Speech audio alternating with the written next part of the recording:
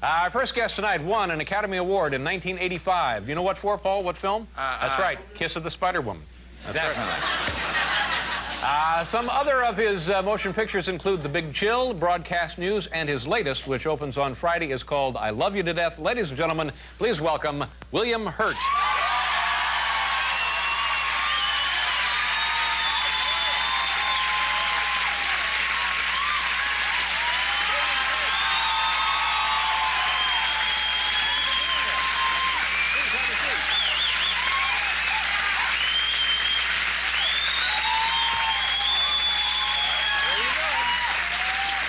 Pretty nice.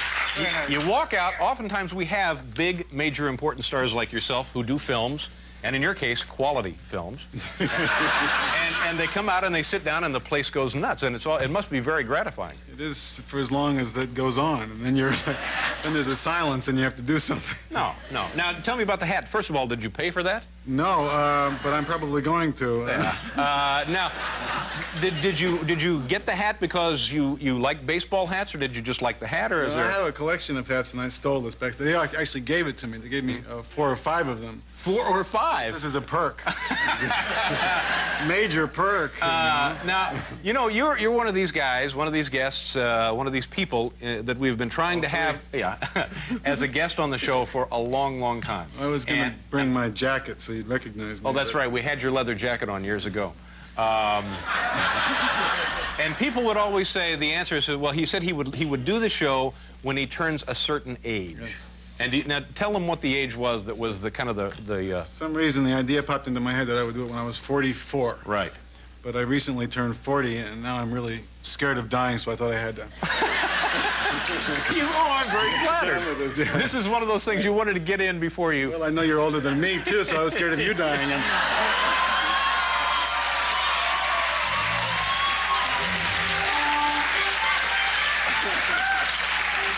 We gave him 5 hats. Well, anyway, I couldn't be happier that you're here. I told this story about a year ago. I was coming back from a trip. I won't tell it again. But anyway, I enjoyed the Accidental Tourist. Oh, thanks. And it was one of those things where sometimes it will trigger something, and I started sobbing, and I couldn't stop. They finally turned the plane around and went back and had me taken off. They did. Yeah. That was the Concorde? Yeah. No. Oh, now tell me about that. You had a little experience on that. Yeah, we were on it the other day, and we were flying over for the BAFTA Awards, which are the British Academy, the British Film and Television Awards. This is from Kennedy to London, Heathrow, yeah. And we were getting on, and it was late, and the whole point of taking it is to avoid jet lag, you know. And, so they said that we weren't going, and I asked why, and someone said because there's a hole in the wing. Oh. And I thought at 1,400 miles an hour that could be a problem. Yeah. And I didn't, I thought, well, then fine, we'll wait. And, yeah, take all the time. You need to putty that up. But I had been on it. I'll put my finger in it for you if you want. And then 2 years before I had taken it, and you may know that they turn on the afterburners on takeoff and then turn them off for sound reduction until they get out over the ocean, and they turn them on again, then you go. That's when you go supersonic, sound, right?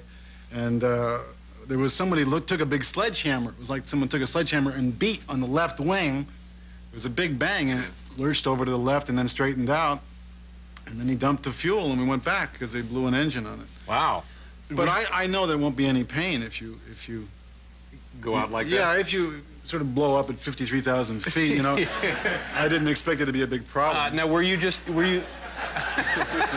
No, you're right. Looking at it from that side, but your problems are all done at that. But now, were you frightened or not when this happened? No, really? I not at all. I mean, I figure that... you like that plane, don't you? You're fascinated by that. Yeah, I like planes. Yeah. Now, I hear everybody that I've talked to recently who has flown it in the last 5 or 6 years, everybody has a story like that. They're having apparently trouble maintaining. But at least they have a story. Yeah. I'm glad they have the story. But the same kind of thing happened to Tom Brokaw once coming back from London, and the same procedure. I don't know. Did they turn around? Yep, they dumped the fuel and they came back in. Yeah. I think they take those precautions. It's good. Yeah. And you got to go up into the cockpit of this thing? Yeah, it's long. It's a long, very thin cockpit. The engineer does a lot of work. Yeah. I noticed in the new airplanes that the engineers they're not included in the cabin environment, but the engineer often throttles the the engines and stuff. Yeah. Well, if you're an engineer for Northwest Airlines, of course you're making cocktails. Yeah, you're basically pretty well throttled up. That's right. You want to talk about the new film? Sure. Okay. Oh. This is an interesting bit of work. Do you I think. have is there a piece? A clip of this film? Do we have a clip of this film? Yes, we do. As a matter of fact. Someone mentioned that there might be one, and I don't know how to.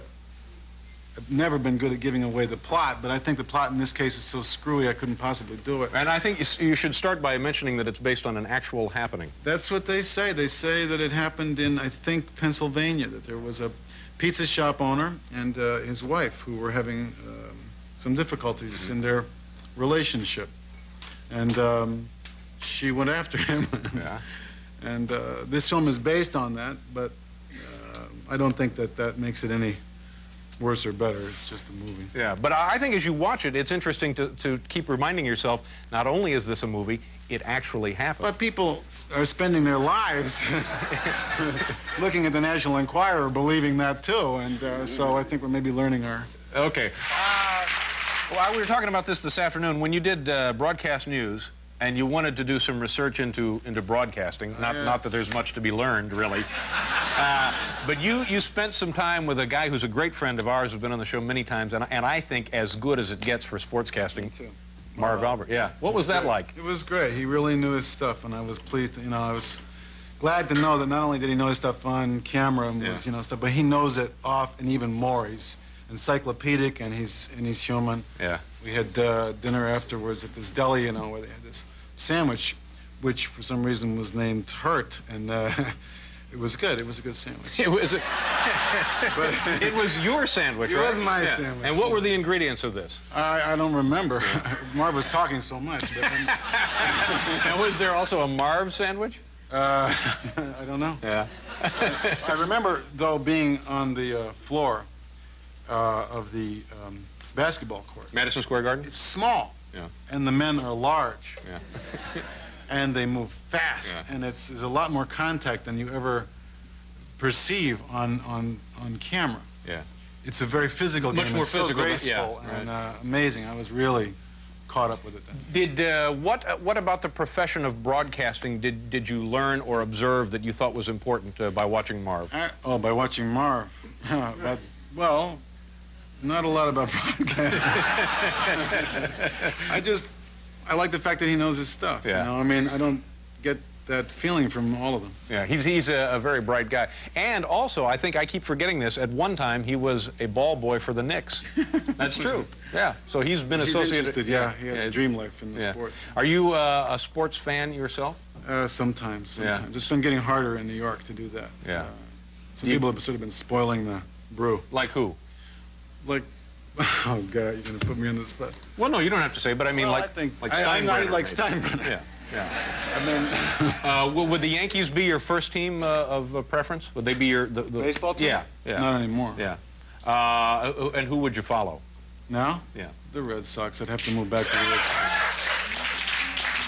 And what do you know of their season upcoming? Not much. I know that the season's late, and then they're, you know, and so I think, you know, you keep looking at all these guys fighting for the money, and it kind of wrecks it. You know? Yeah. But, it's interesting with baseball, though. If you have a team that was your team when you were about 8, 9, or 10, whenever you started being interested in baseball, doesn't make any difference where you go. It's hard to follow. How old you get, what turns your life have given you, you still have that team. You got a tug. You know, your heart. You get connected to it. I mean, that's like people. I still meet people who are broken-hearted about the Dodgers. Yeah. And the Giants and all the teams that have moved around. You know? Yeah. So what are you working on now? I just am finishing working on a really interesting thing with Woody Allen, and then I'm starting a film in Europe with a man directing named Wim Wenders, who directed Paris, Texas, and Wings of Desire, and that's a very interesting project. They're both interesting. Yeah. Really having a good time. You don't seem to do any really awful movies, do you? Thank you. But you know what I mean? They make like 500 movies a year. 80% of them maybe shouldn't have been made, but the ones you were in always turn out to be... I try to make one a year. Well, no, I don't know. But I mean, can you always tell just by, is it the guy who's directing it, is it the script, is it the cast, or a combination of those things? Start out with the structure of the screenplay. Now, what does that mean, the structure? It means that when you're reading it, you're looking for the point. You know, what's the theme, and how is it pointed at? What are the building blocks of the script? I try not to pay attention to the character.